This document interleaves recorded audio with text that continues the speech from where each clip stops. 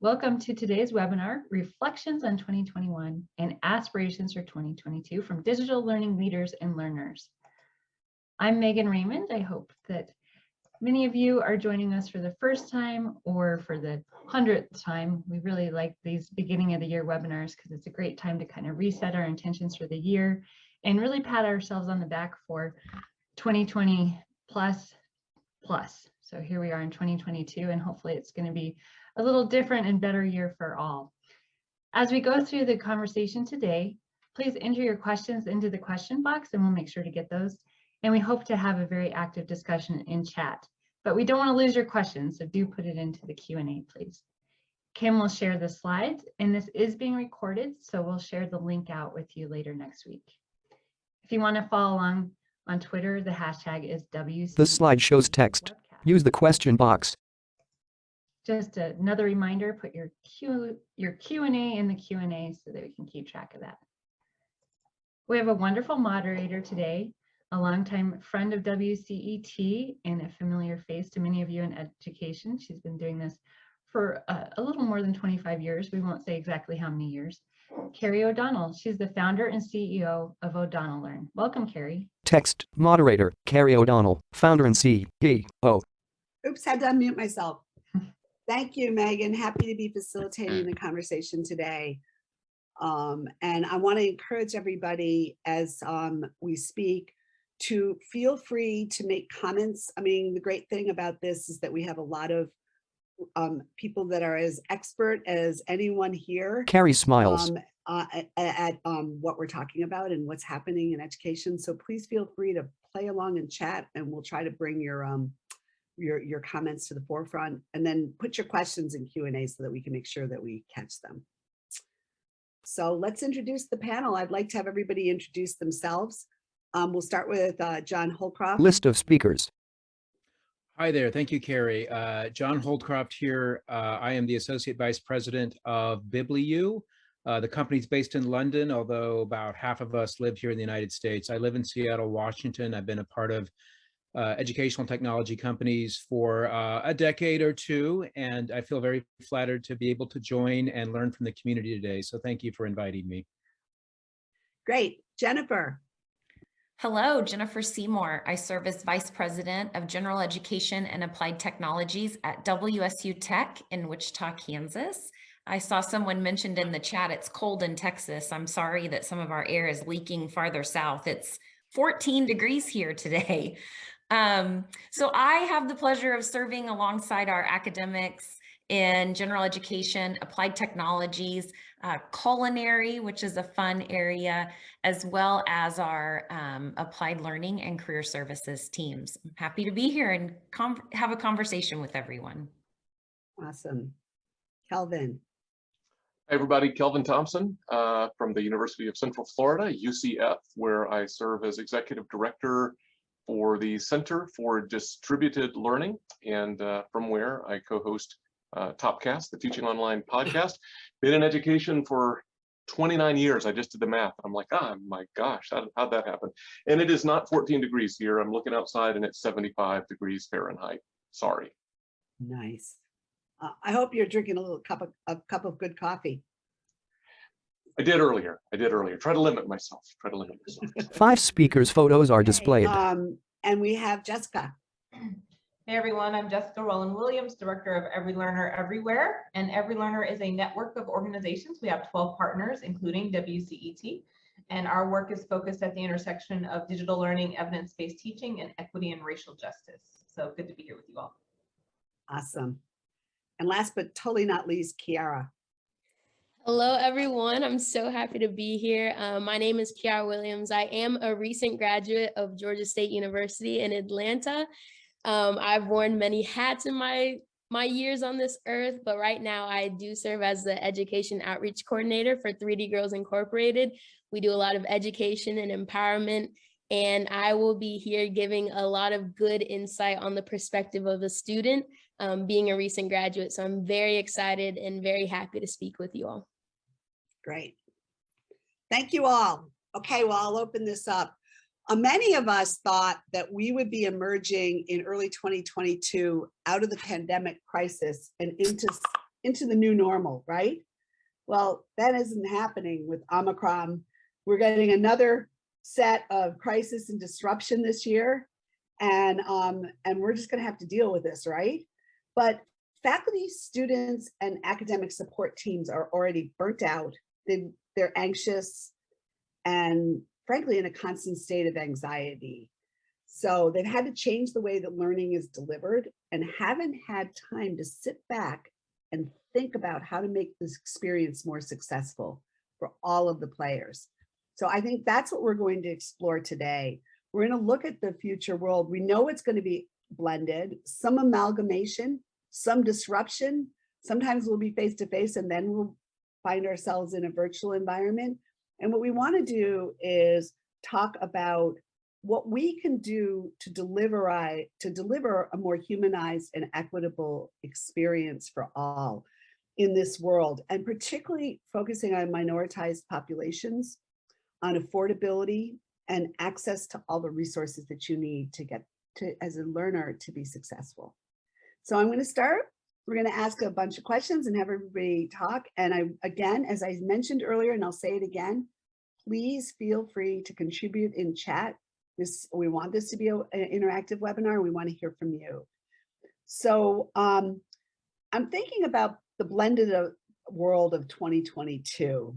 What does the ideal learning experience look like? And how does it differ from experiences of the past? Kelvin, I'd love to have you kick us off. Sure, thanks. I think that the ideal learning experience in a word or a hyphenated 2 words is student-centered.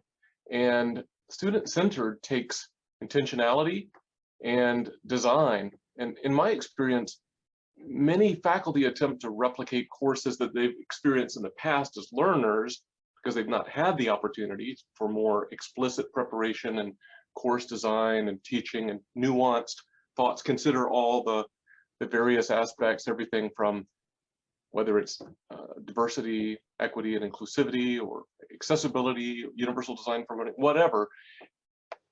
And so faculty professional development is key to a more student-centered learning experience and to overcoming one's own limitations. We all have our limitations in our thinking. So if possible, collaborative design support from other professionals is a great benefit.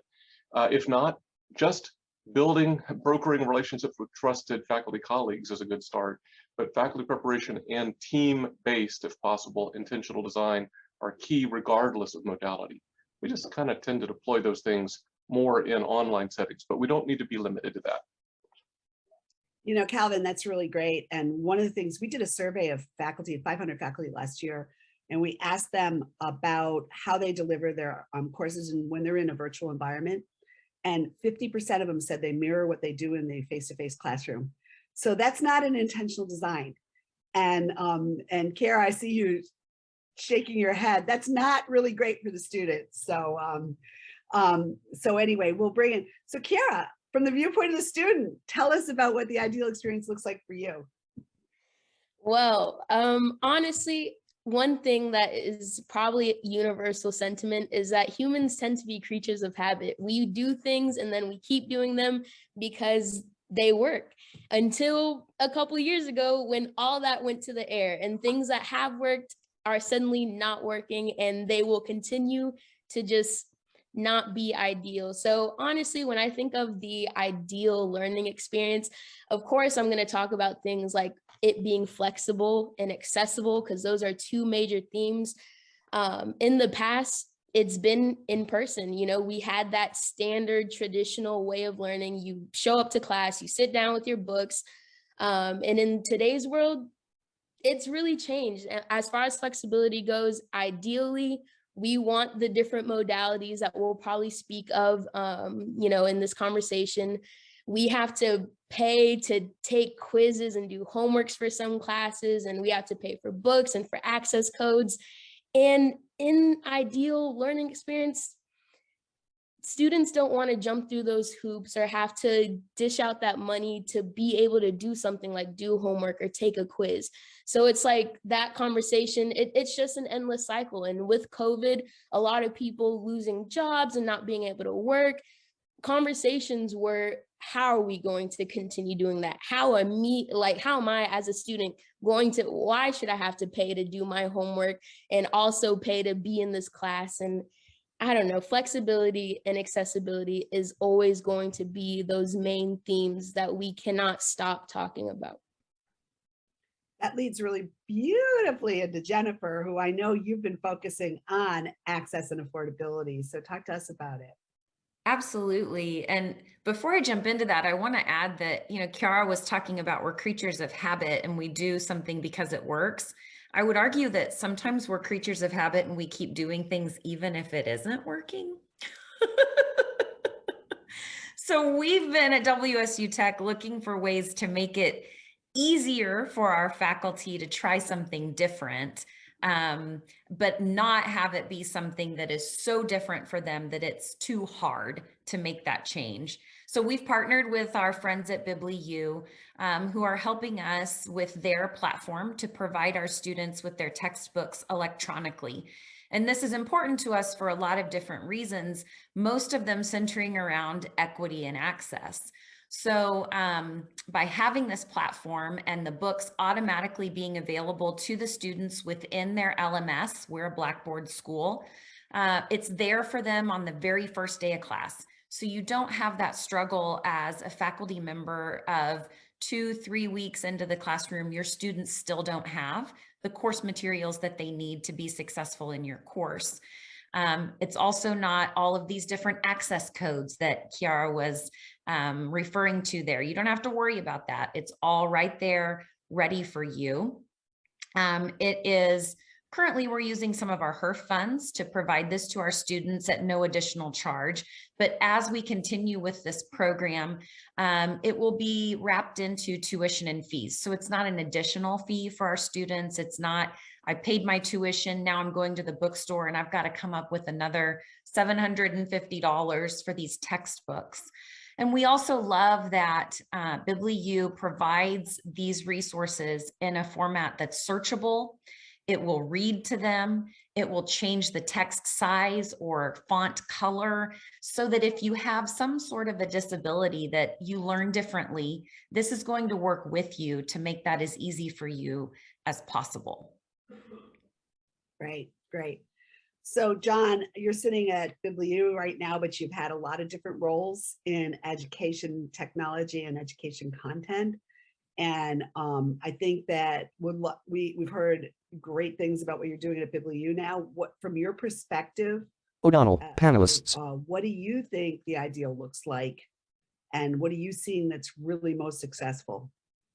Yeah, thanks for the question, Carrie. I would say all of what Jennifer said, thank you for that. And I think she has the credibility to talk about what it's like in implementing some of these solutions. But I also think some of the other partners that we've worked with, they're taking this period of uncertainty and unprecedented challenges. I mean, who on this call thought 2 years ago that some of us would be responsible, you and your institutional leadership roles, to figure out on-site COVID issues and how you deal with that. But one of the things it's done is also create opportunities.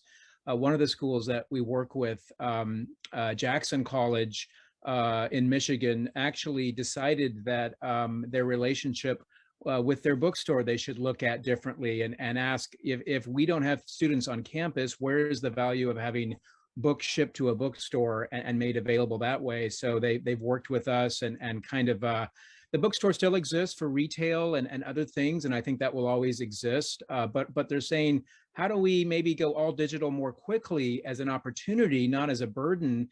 And like Kiara said, to create flexibility and accessibility for students to have access all the time, and those that can't get to campus for some of these reasons. And then what Jackson is doing is some of those funds with the bookstore that were associated with the bookstore, they're now pouring back into student services, hiring more student success coaches, more support for faculty, and hopefully BibliU has been one of the people that's helped them with that. So I think as I've observed when I knock on doors and get to meet with campuses, there are challenges, but there are some opportunities like there as well that I think people are appreciating and navigating through. Great. So Heather McCullough from UNC Charlotte says this is very timely. Your this whole concept of moving some of the cost transparency, moving things away from back into the registration, for example. So that's something I see a lot of schools looking at. I also, Shelley, you commented, I think you're at Cal State Fullerton. We've met before, but you commented about this is an advocating for open education resources. And we worked a lot with OER in our company and in bringing new content solutions to schools. I'm just going to circle right back around to where Calvin started and say that what really is required for these types of solutions is really strong faculty development, because a lot of times faculty get these new opportunities and they don't quite know what to do with them. So just a comment. Okay, next question. So if we assume that the workplace of the future is more fluid and blended and requires workers to have an ever evolving set of skills and knowledge, and we know that most of our students are entering in higher education right now, either to reskill, upskill, or to prepare themselves for the workforce. And that is the reality of today. What can we do to ensure that our students that your institutions or that institutions are preparing their students for this new world of work? So to kick that off, I'd like to start with Kiara. What do you think? You just got out of college recently. Well, as far as preparing students to be successful in this new world, whatever new normal we are approaching, I think the one thing that will come to mind immediately will be relevant work experience, work-based learning, because when we apply for jobs, they want people with experience. I mean, that's just a fact. We want people that have done the job, have experience doing the job. So as a university, as a college and institution, are we giving those type of opportunities to our students? Do they know about these opportunities?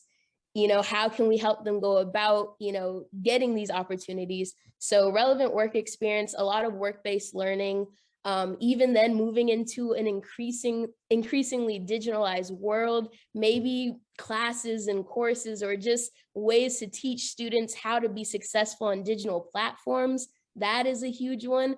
I know a lot of professors that we had to sit and be patient, because grace and patience also was a major theme, emerging out of COVID. We had to learn how to navigate certain systems that we've never really had to navigate before, being in person primarily. So it's just a lot of skills, a lot of digital skills, I think, that we could benefit from.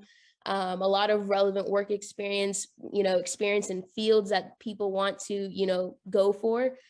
That will be probably what comes to mind for me as a student. Great. Well, Jessica, from the perspective of Woman signs to the camera. Leading a network of institutions that are really focused on helping minoritized populations be successful, what are your thoughts? She continues signing. Yeah, I think this is an awesome opportunity for organizations to also provide opportunities for students. One thing that we've done within our own organization is launch a student fellows program where we actually invite students into our work. And Kiara she's one of our student fellow alumni, and we have many others. And this is important for us for a number of reasons. I think a lot of times we solve for students, right? But we don't solve with students. And that's an important shift that we've had to make within our network.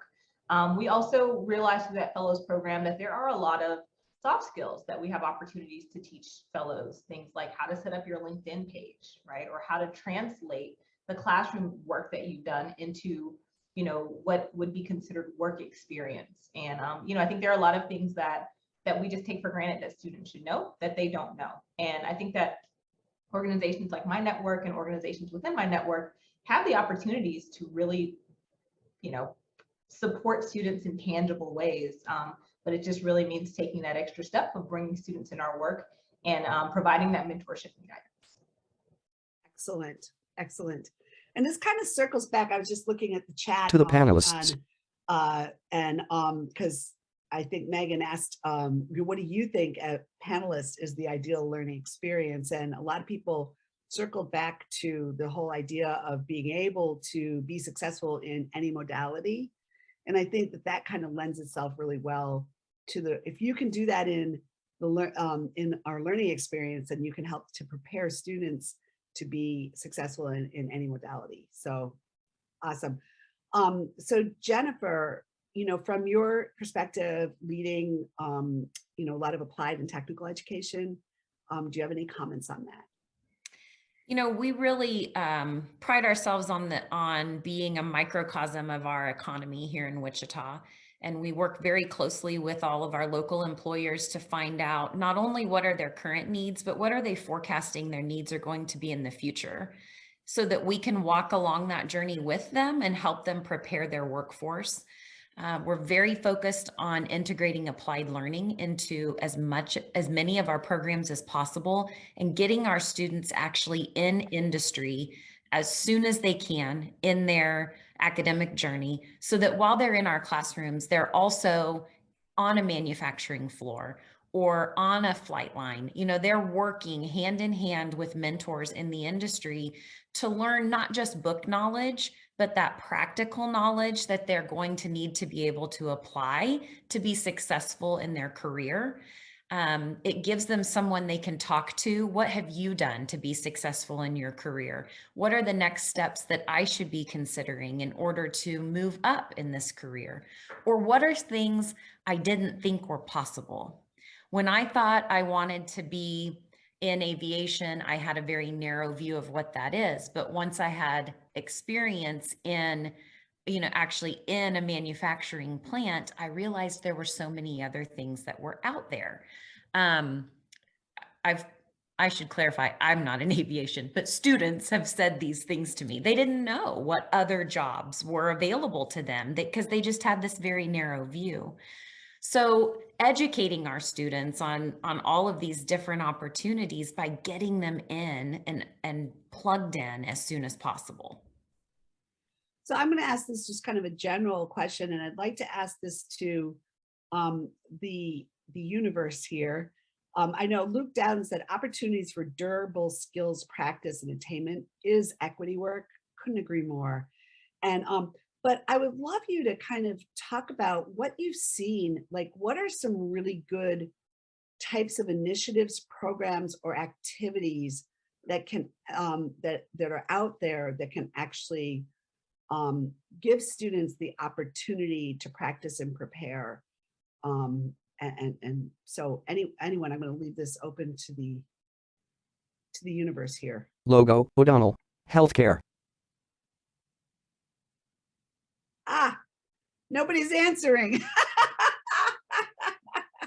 So The panelists smile and nod. To you, Jess, I'm going to go back to you, Jennifer. Like, what are some of the programs you have at your school? Yeah, so we have lots of different applied learning opportunities, whether it's what you might think of as a traditional internship, or what we like to develop, earn and learns. So you are going to school and lockstep with an employer. They are paying you a living wage so that while you are learning alongside their mentors, and while you're in class, you're making money too, right? Because so many of our students can't afford to work for free. And honestly, as an employer, you shouldn't expect them to. The work they're doing for you is valuable to you, and you should be compensating them fairly for that. But it allows them to learn and not worry about, how am I going to feed my family? How am I going to pay for daycare for my kiddos while I'm at school or at work?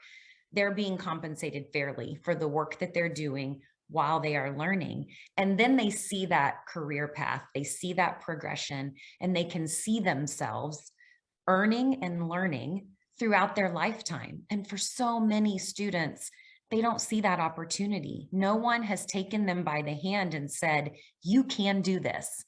And let me show you what you're capable of if you take these steps. And I'm going to be here with you to help guide you along the way until you can start taking these steps on your own. Great. Great, great. I'm going to come to some of the things in chat in a moment, but I did want to ask Jessica, you talked a little bit about your student fellowship program. Are there other programs that you've seen at some of the schools in your network that you think are most, one of the things I think about is scale. Like I think there's always these programs, but it's like a onesie, right? And are there things that you've seen or institutions you've seen that have done a really good job at scaling this? Yeah, that's a good question. I think a lot of, unfortunately, there's been a challenge recently with COVID, right? And so one thing that we're hearing from students is that they're having a hard time finding internships because there aren't a lot of organizations and companies that are willing to do virtual internships for students or remote internships for students. And so that's been a huge hindrance for people. And I think oftentimes people are being privileged who are, able to travel even during COVID. And we know that, a lot of marginalized students just maybe aren't willing to take the risk or have to work or have to do other things. And so they're not able to take advantage of the opportunities, and there are a lot fewer opportunities, right? And I think that's an important thing to note because that's going to play out over time into the workforce, right? What opportunities are available if there are groups of students who aren't able to get that experience that you talked about, Jennifer, then is that going to ultimately put them at a disadvantage when they're ready to graduate and they haven't had those internships, they haven't had those Woman touches her forehead. those opportunities. That being said, things come across my newsfeed and LinkedIn and email all the time. So one that I'm excited about that I just learned about recently is a partnership between HBCUs and the NBA. So that's one for folks to look out for if you know of any juniors and seniors who are attending HBCUs right now. The NBA is looking for interns and looking to hire a number of interns this summer. So if I find the link, I'll stick it in the chat, but that's a really cool one that's kind of on the circuit right now. That's really great. We were talking, I was in a conversation earlier this morning with Panelists look at a speaker. Associate Provost at Cal State Dominguez Hills, Ken O'Donnell, about high impact practices. And one of his ideas for scaling high impact practices, and by the way, high impact practices, internships. Man drinks from a mug. Student research, the things that give students the skills, the students fellowship programs, right? One thing he said is that a really important thing to keep in mind is piggybacking on initiatives that are already at the institution and people that already have excitement about whatever their initiative is and tagging on these kinds of programs onto them. And I thought that was a very good, really good idea, for scaling, because I think one of the things people really struggle with is scale. So I want to come back to the chat here, and the question we all want to know, Kira, is, was Pounce as effective as promoted? And I just want you to know that I may be dumb, but I have no idea what Pounce is. So could you tell us what it is first? Pounce is a gem to the Georgia State University community. Very much known for bringing luck and blessings to the student body. And every time you rub his nose, I think a bit more luck is transferred into the system. I rubbed his nose a couple times just to see what would happen. And I think life turned out pretty promising. So you're in the positive data point. Yes. On the graph, I am the success story that comes from the data analyzation. I think they might be referring to the chatbot. Kiara, do you remember the Pounce chatbot, the text-based chatbot? Oh, the chatbot. Oh, that was hilarious when that was released. Oh my, any chat Logo visible. bot, the world is crazy. Technology is crazy, but oh my gosh. I think the mascot is not nearly as Woman touches ear. the chatbot is not nearly as popular as a mascot. I will say that. A crowd favorite, if you must.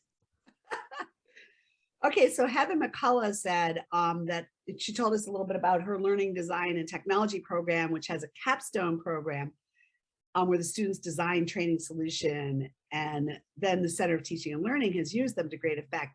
That's a perfect example, Heather, of taking an initiative that's already in place and designing high impact student practices to prepare students and get them practicing.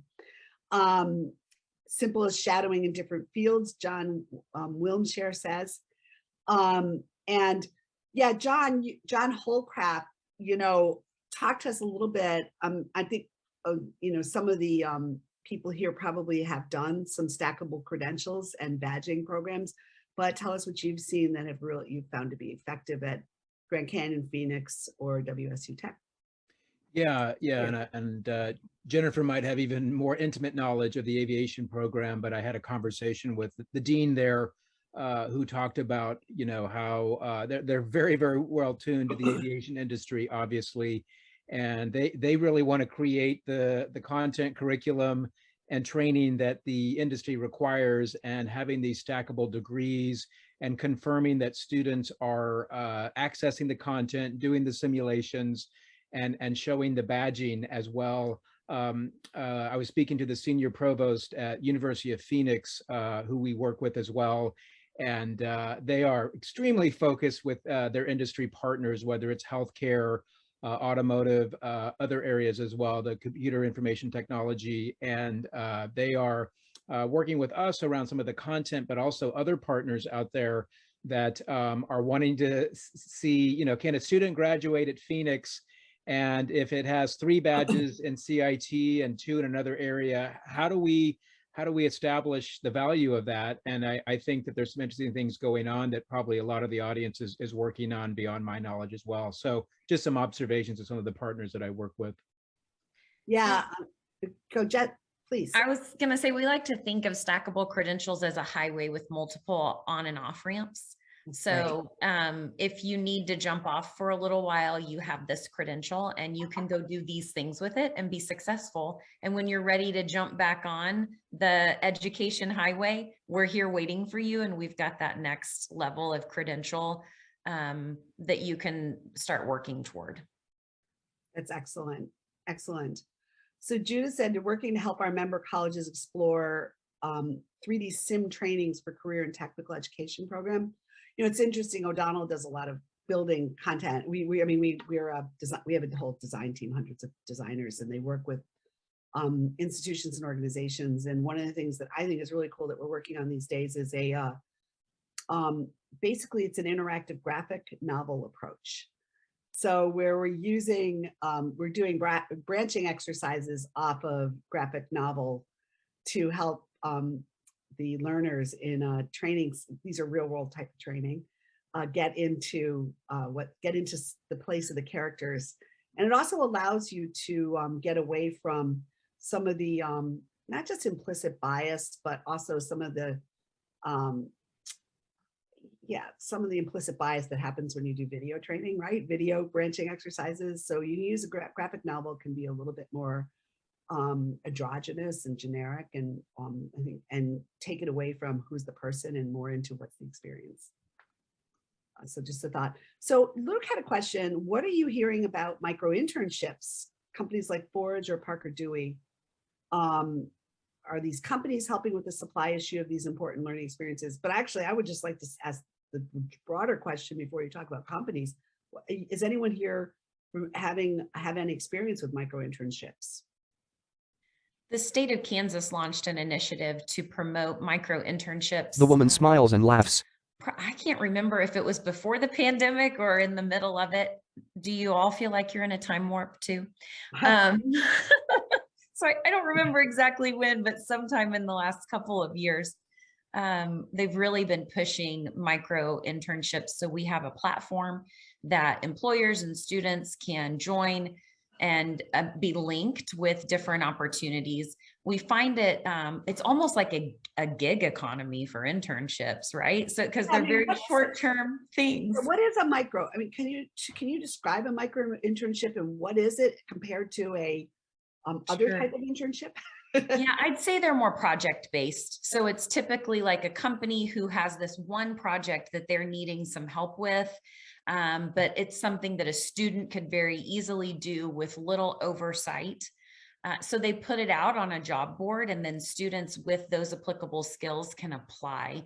So where I've seen it be very successful is in like a marketing field. So if someone is needing help with designing a website or maybe a chat bot, they can send that out there, and there's students who have those skills can sign up, do that one thing, and then they can put that on their resume that they've done this thing. They have something tangible they can show employers, and that employer partner was able to get that thing done without hiring out, a consultant or a professional service. Awesome.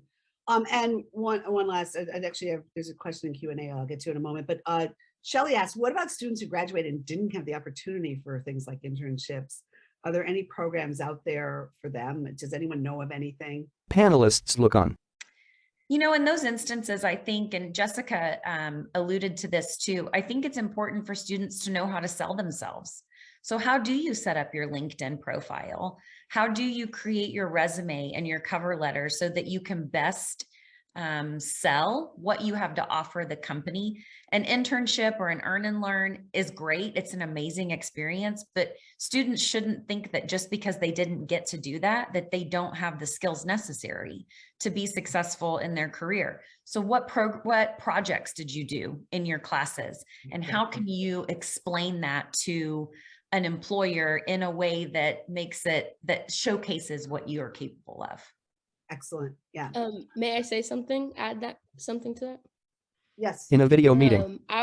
So for students that didn't get the chance to experience, those cool opportunities or things in their classes or any cool projects, I know, as far as I'm concerned, when last I heard when I graduated, Georgia State supports their graduated students. Definitely, I want to say a year after they graduate, as far as like utilizing career services, using, Handshake, different platforms to help excel them in their career, resume review, LinkedIn workshops, any workshops available to our, currently enrolled students. Georgia State does support our graduated alumni, students as well, until they feel comfortable enough to, be on their feet, to go for this opportunity. So as far as, the ones that didn't get to experience X, Y, and Z because of COVID, because of the pandemic, not a lot of open, in-person, whatever the case may be, opportunities, I think schools should also reflect on, whether or not they do have their Panelists listen. Resources still accessible to their freshly graduated, and not just, leaving them feeling like, okay, here's your degree, goodbye, I hope you had fun. So it's like, as universities and institutions, what can we do also to make sure that even though you are not, taking a class right now, we gave you a degree, but we want to make sure you are set up for success, because college is more than just your piece of paper that you get mailed to you. What also did we do, because we are here to set you up for success? How can we ensure that we actually did what we want to do or what we intended to do?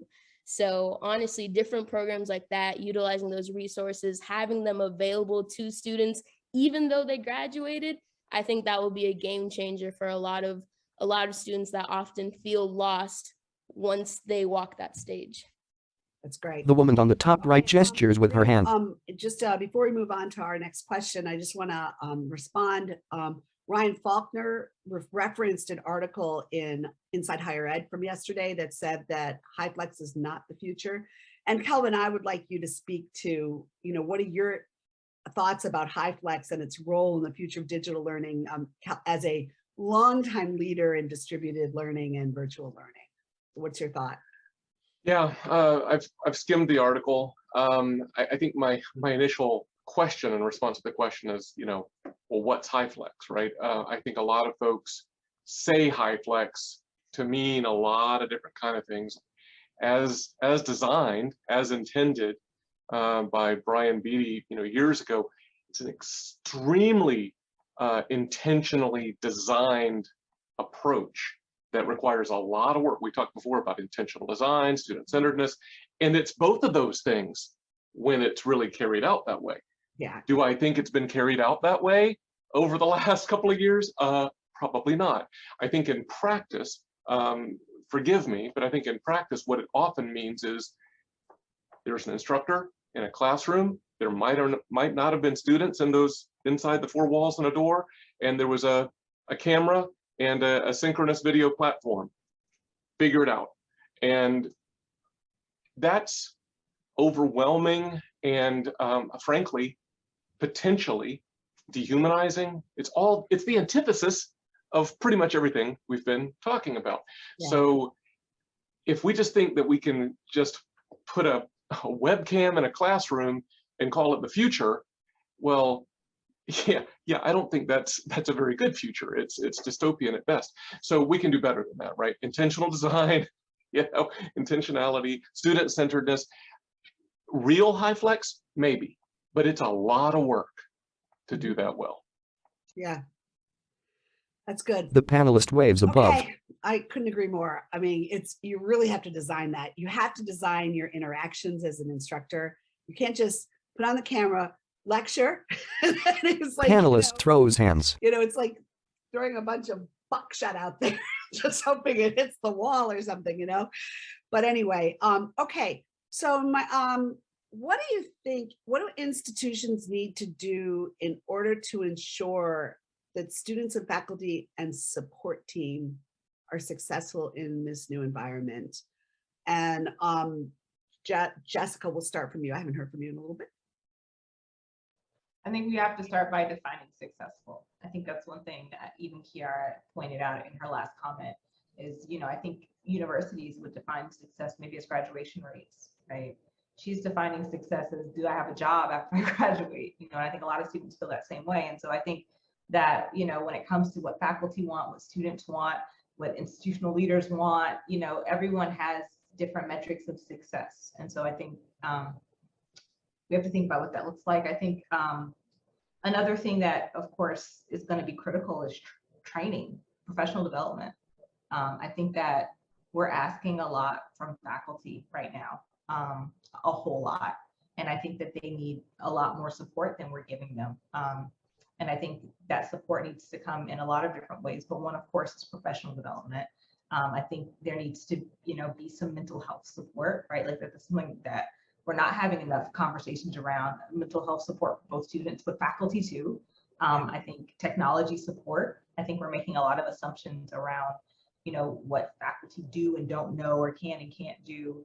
And assuming that everyone's kind of coming in with some type of a knowledge base, and we may be wrong. The same is true for students. And I think, just general like student services support, right? A lot of times faculty are at the front line.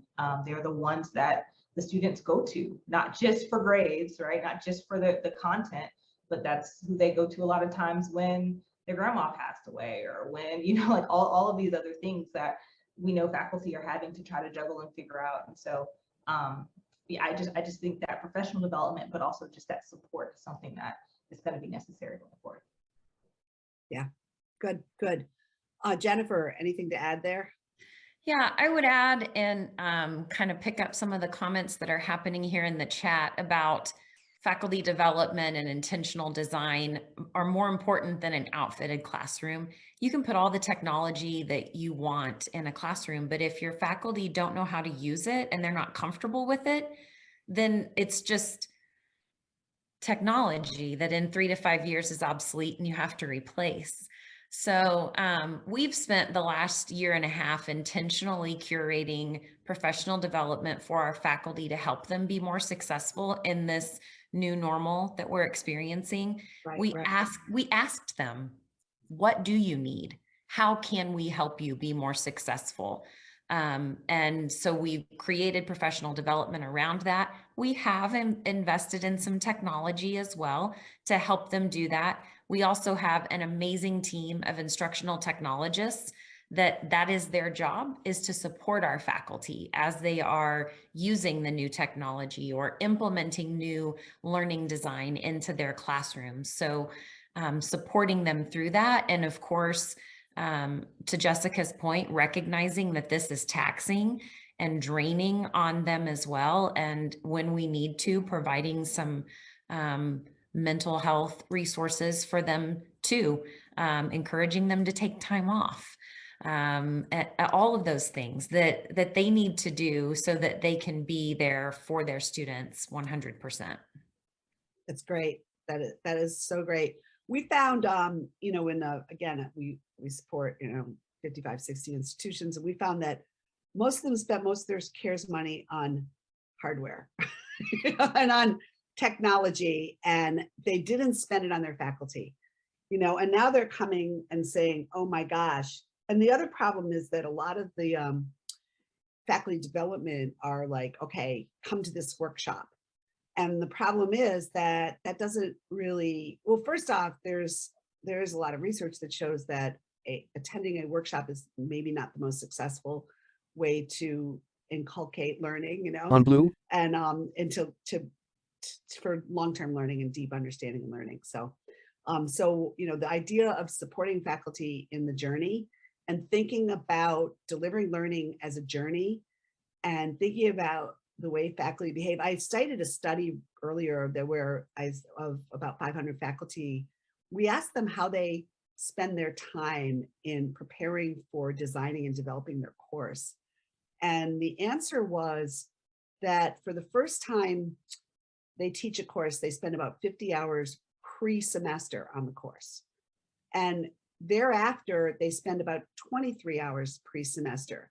But here's the most interesting thing. top right woman gestures.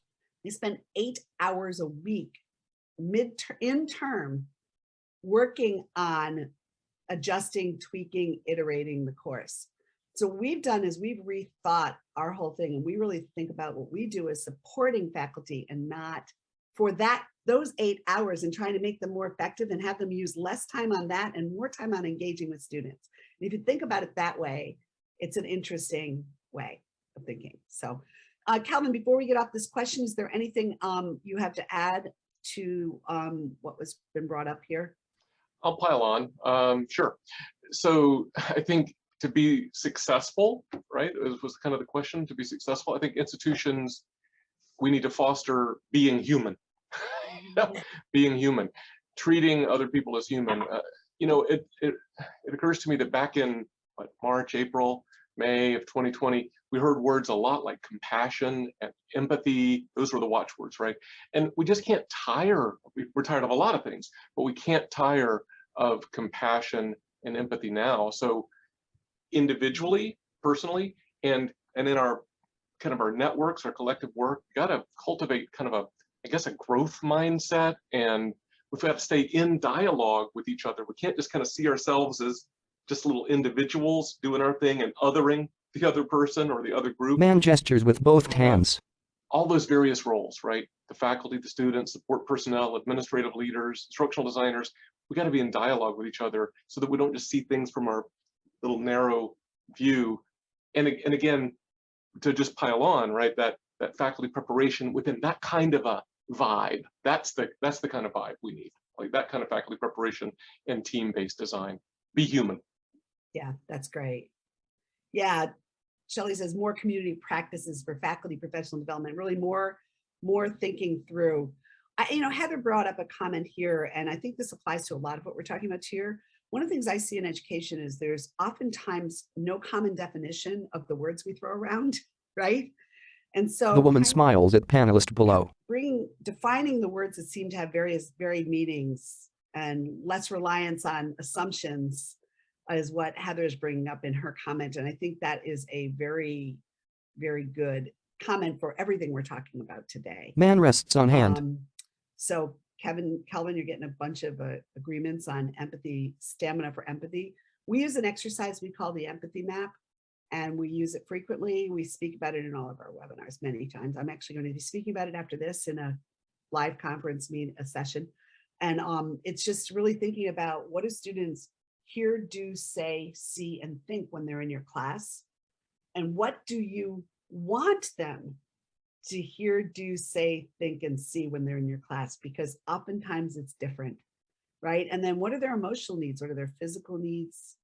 And what are their intellectual needs? And really grounding yourself in the student is a really great way to start your day, your week, your semester. Okay, the next question is gonna be kind of a wrap-up question. And by the way, and keep Q&A coming. We got 10 more minutes here. So what are your aspirations for institutions, learners, and leaders in the future? And Kiara, we'll start with you because let's start from the student. Let's start with some empathy here. Honestly, I think the main thing that I personally would want to see in the future is more human relational skills. I want to see people step out of the business and the productivity mindset and realize that we can't be productive if we are not right, like within our own person. So it's like words like empathy and compassion, we hear about it a lot, but what are we actually doing to foster that? Because if not even just a student, if a person doesn't feel supported and encouraged and, you know, just appreciated or anything of that nature, that productivity, that burnt out is going to just go crazy. So focusing on more of the human aspects of life and not the productivity, not the business, not that, I think we will be better all around, you know, as leaders, as learners, as students, if we do just focus more on the human part of life. That's great. Awesome. A participant gestures. Who else? Who else has something to add to that? A participant gestures. Jennifer, got something? Kind of a parting aspiration for learners and leaders and institutions and faculty? Yeah, you know, I think we just all need to work together for whatever the common goal is for your local area, right? You know, we can't be successful at WSU Tech if our area employers and students don't find what we are doing to be beneficial. So I think it's just being willing to listen and hear what other people are wanting and needing from your service, rather than thinking you know the answer already. That's great. Carrie, I just wanted to dovetail on a point that Kira made earlier and Jennifer just made, and Kira talked about students need to be trained on how to use some of these tools that are out there. And you know, we at BibliU, we make a tool. We have a product team. We have engineers, and at the University of Phoenix, they told us we have adult learners that need to hear the book read to them or want the book read to them from the beginning of a chapter. We'd never thought of this. We'd never conceived of this because we probably didn't ask the question, do you guys think your students are consuming the content the way that it's intended? So we now have people that go to chapter 3, hit play, and they're multitasking, making dinner, doing their dishes, laundry, talking to their students, their kids. And it goes to the point of listening to, you know, who you work with, whether it's you as educators within the WCET community or us as creators of these tools as well. So it's a great thing that Kira mentioned that I thought, boy, it's a lesson learned for us to make no assumptions about how our products and platforms are consumed and used. I think that's very true. And I think also, not to ring the faculty bell over and over and over again, but it's true of faculty as well. Like they need help in understanding how they can best use the technology and how it can benefit their students. Calvin, do you have anything to add to this question about your aspirations? Yeah, everything that's been said is so good. I guess the only slightly different tack I might offer is a different kind of openness. Openness is my word, a different kind of openness. Maybe if we can kind of look backwards to kind of what got us here in terms of our successful past and look for core principles that are more timeless, like student-centeredness, like faculty preparation, like empathy, like be human, and then still be open to the opportunities that have emerged during this Man gestures to his left. crisis time, right? So we don't just try to look back and go, oh, we need to get back to that. And we don't just say, oh, we just materialized here with no past. Let's do more remote learning for forever. But instead we look back, are influenced by what's going on, and then we seize an opportunity. That's a kind of openness, but that means being open not just to ourselves and our own thinking, but open to each other and our perspectives as well. Wow, that's it, man. Jessica, do you have something to add here? Yeah, my highest aspiration, I guess, for higher ed would be that we, one, stop blaming students, right, for the inequities that we see. I think that we identify, what structural inequities are built into our systems and policies and practices, and that we disrupt them. Yeah. And repeat over and over and over again. I think that blaming students is so critical. So many times students come in feeling like they're blamed for any failure that they have, when the whole system is set up to promote failure, really, is to weed people out and not to bring them to mastery, right, of outcomes, and it's such an important way to reframe, and it's a much bigger question than we can talk about in the last 3 minutes. But I wanted to come back to one of the quick conversations that was on in chat here. And just as we're leaving, I just wanted to come back.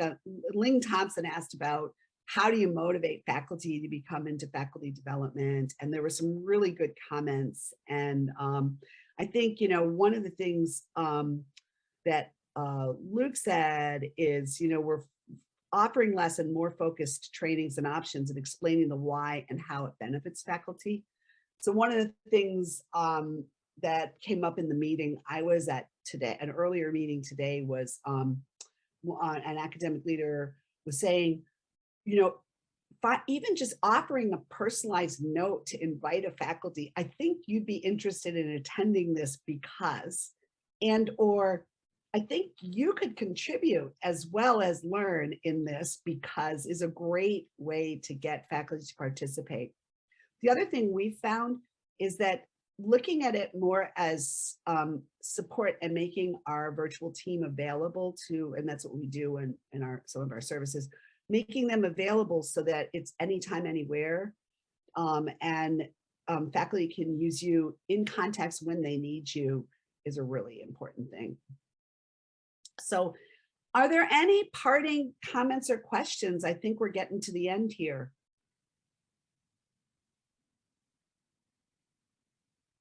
No? Nope. Okay. Well, Megan, should I turn it back to you? Sure, thank you. What a great conversation. So you can see contact information there for our friends, and we will be sharing this deck out, so you'll be able to click on those links to follow everyone listed there. And just a few housekeeping notes and announcements of upcoming events and programs here at WCET. If you're new to us, check out our website. In fact, we launched a brand new website in the fall, so we hope you have a chance to get in there and check out everything that we have to offer for members, and as well as tons and tons of content that's free and open to everybody.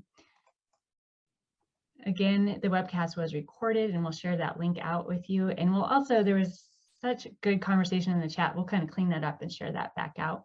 And I wanted to make a quick plug for our Elements of Quality Summit coming up April 6th, and this is for WCET members. And I will say that the program will be announced shortly, but it's going to be fantastic. You won't want to miss it. And finally, I want to thank our WCET annual sponsors. Text, join us. And our supporting members. They help underwrite much of our programming and event here at WCET, and we are grateful for them. And we're grateful for all of you for being part of this conversation. And thank you so much to our speakers today and Carrie for leading the conversation. Hope everyone has a great rest of the week, and take care and be well. Bye now.